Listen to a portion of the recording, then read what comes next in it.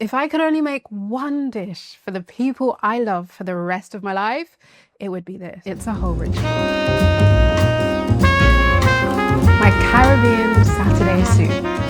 Today is special because I'm partnering with Waitrose in celebration of Valentine's Day.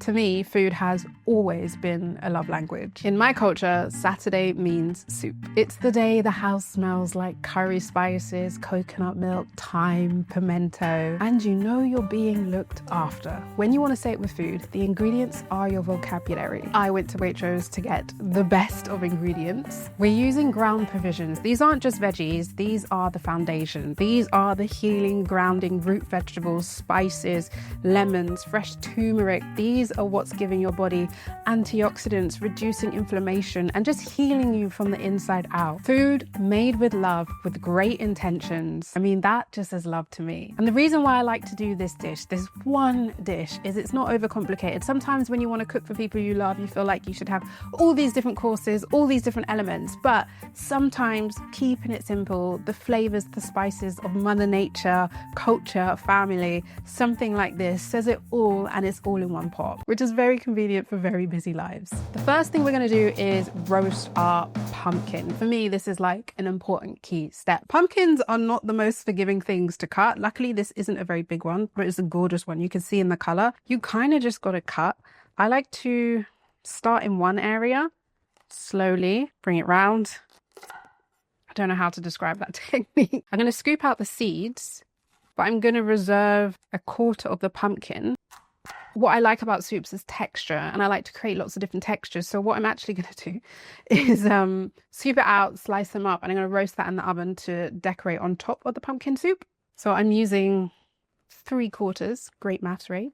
Then once you scoop out the insides, I just get a roasting tin, lay some olive oil flat, then you place the pumpkin upside down, leave it, and just roast it. And it's just gonna caramelize up in there, and the natural sweetness of the pumpkin will begin to release. It's a really simple step that I think just intensifies the overall taste of the soup. While the pumpkin is roasting, I like to add yellow split peas. These gorgeous, gorgeous, gorgeous yellow split peas, they add a lot of body, richness, thickness, creaminess, as well as proteins and fibers to this dish. When you have a soup like this and it's plant-based, you just want to make sure you're maximizing on the fibers and the proteins, because that also maximizes on the nutrients and vitamins in your soup. You want to feel full and nourished. There's two ways you can cook these yellow split peas. You can either add them straight to the soup and cook them in the soup, but my preferred method is to separate them and cook them by themselves. So when I do it separately, I just cook it in water until they're soft and ready, and then I drain that and put it back in the soup. I just feel like doing it this way. If I don't do this, I find the split peas are too overpowering in the soup, and I can't taste all the coconut milk and the pumpkin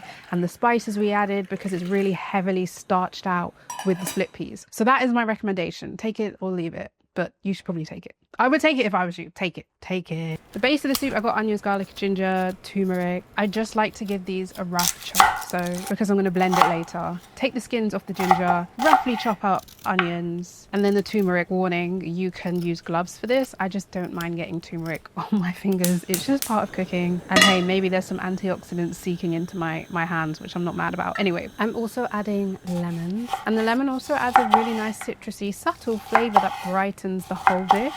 Now we're going to cook this off. So I like to add olive oil straight into the pan, add my spices, lots of curry spices. I'm making a big batch, so I am going to be quite generous. My ginger, my turmeric, my onions. Again, they can go in there quite messy because I'm going to blend this up anyway. Then my lemon slices. This will just kind of caramelize them a tiny bit. When you add the lemons, just make sure there's no seeds, because seeds will make this whole dish really bitter. If you have any seeds, take them out. If you don't, you should be okay. And you can also just taste it to make sure it's a nice lemon. You don't want one that's kind of bitter and not nice. It can ruin it. Just have a normal. These are organic Waitrose lemons, and they're really nice. They're really good. The house will start smelling super fragrant. It's giving Saturday energy. It's Saturday and you are loved. So the pumpkin is roasted and now it's super soft. And look at the flesh. You can see it's kind of golden and caramelized. You kind of just want to spoon it in your mouth, but we're not. You should be able to then scoop it out because it's super soft and velvety. And then just scoop out the flesh and get it all in there with the coconut milk, the lemon, the spices. Incorporate this all together. This is going to be the body of the soup, the heart of the soup. And we're going to blend this together. Now with the lemon, I do like to keep the lemon in when I blend it. So I'll keep 1 or 2 slices. but you can at this point remove them if you're not a big lemon person. They've added some citrus. This is kind of personal preference. Can I seamlessly pour this in without spilling turmeric all over these white worktop? Final last words. No, I can do this. This is fine. Yeah? Yeah? Yeah, yeah, yeah. That smells so good. And then we blend. Now it's super thick and this gorgeous, gorgeous, gorgeous colour. Oh, a taste. Even though I haven't added any salt at this point. I mean, if you live a salt-free life, I hear you. Respect. I need a bit of salt in my life. Even without it's good. Oh. I love. Okay. Now we're going to chop up our root vegetables. You can do cassava, yam, sweet potatoes, normal potatoes, sweet corn, carrots. It's just about using those whole root vegetables that are full of fiber, full of nutrients. And we're going to use them as textures now because we've got like the smooth, rich, luxurious kind of element to it.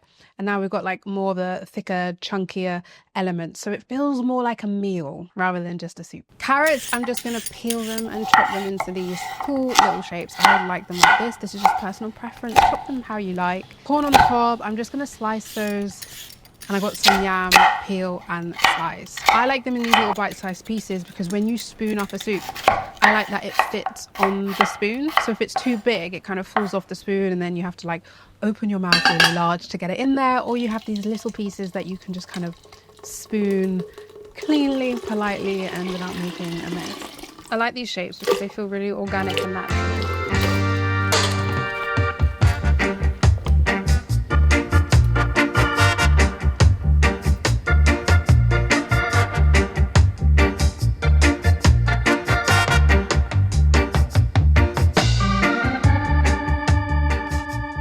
Everything is now in the pot and it's just cooking. We're just going to cook it until the carrots and the potatoes and everything is nice and soft. Not mushy, just soft. There was no way I was having this and not finding a way to incorporate some plantain. And I don't mean boiling it in there. That's not my favorite way to have plantain. What I like to do with something like this is have little treats of plantain just on top. So you probably noticed that this is some very, very ripe plantain. And that's just because I bought it a few days ago. It's just ripened over time, but that's great because who doesn't love sweet, naturally sweet, ripe plantain, platano. And I'm just going to slice it into little cubes. I think it's really nice when you're having like a soup to have these little bite-sized pieces of plantain. I'm just going to very simply slice the plantain. I like to do it in these cubes because I think it's really easy just to spoon it up in your soup rather than having these huge ginormous chunks that you kind of have to put more effort into. Do I need a fork for this instead of just using a spoon? Now the soup is ready and you can smell the aroma throughout the house, which I just love. What happens is it naturally thickens.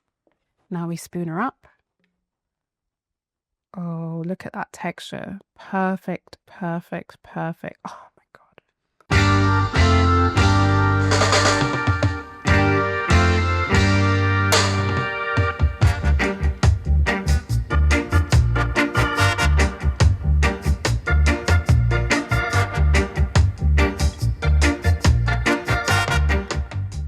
So what I look for in a soup like this is movement, but also texture, consistency.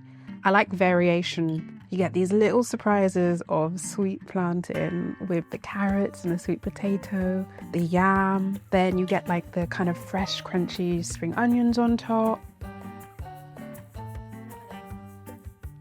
It's so good. It's so good. It's so comforting. It's got that little bit of heat from the way we added the Scotch bonnet. Got the curry spices, always tickling down me. Yep, the ginger, the turmeric. I love it. I love it. I add a little chili oil on top. I make my own homemade Caribbean chili oil. Let me know if you want the recipe. When you make it homemade, you can pick exactly what you want in it and you can use the oils that you like to use. And it lasts a really long time. So I can share if you like. It's a nice way to add a little piece of heat to any dish you have. This is beautiful. Like, this says I love you. And the good thing about making something like this is you can make a big batch. Look at the size of this. And it can last a couple of days if you want it to. You can feed 7, 8, 9 people. It's just one of those big, delicious, hearty Saturday soups that, it's a celebration every time. Back again. Never fails. This never fails me. I will leave the recipe in the link below so that you guys can make it yourselves. If you do, let me know how it goes. Thank you so much for watching. Oh, little updates. You're probably wondering about my sauces. I do have some updates. I have made a video. I'm just editing it and then I'm going to upload it. It'll probably come just after this one, which goes into depth about what's going on with my sauces. But for now, a lovely say I love you recipe from me, from my heart to your kitchen, and I hope you love it as much as I do.